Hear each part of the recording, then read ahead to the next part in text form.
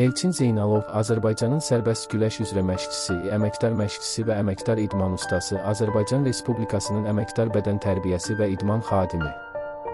Olimpiya çempionu Toğrul Əsgərovun şəxsi məşqçisi. Elçin Zeynalov 1 aprel 1948-ci ildə Gəncə şəhərində anadan olub. 1968-ci ildə Kirov adına Bədən Tərbiyəsi İnstitutunun qiyabi şöbəsinə daxil olub.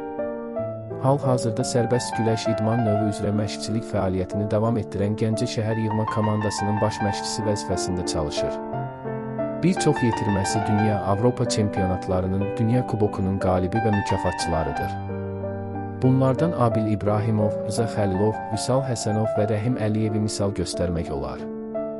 Elçin Zeynalovun yetirməsi Toğrul Əsgərov 2012-ci ildə London Olimpiya oyunlarının qızıl medalını qazanıb, 2016-cı il Rio de Janeiro Olimpiya oyunlarında gümüş medala yiyələnib. Güləşin inkişafındakı xidmətlərinə görə Elçin Zeynalov 1973-cü ildə Sri idman ustası, 1989-cu ildə əməkdar məşqçi adlarına layiq görülüb. 1 sentyabr 2016-cı il tarixli sərəncamı ilə tərəqqi medalı ilə təltif olunub.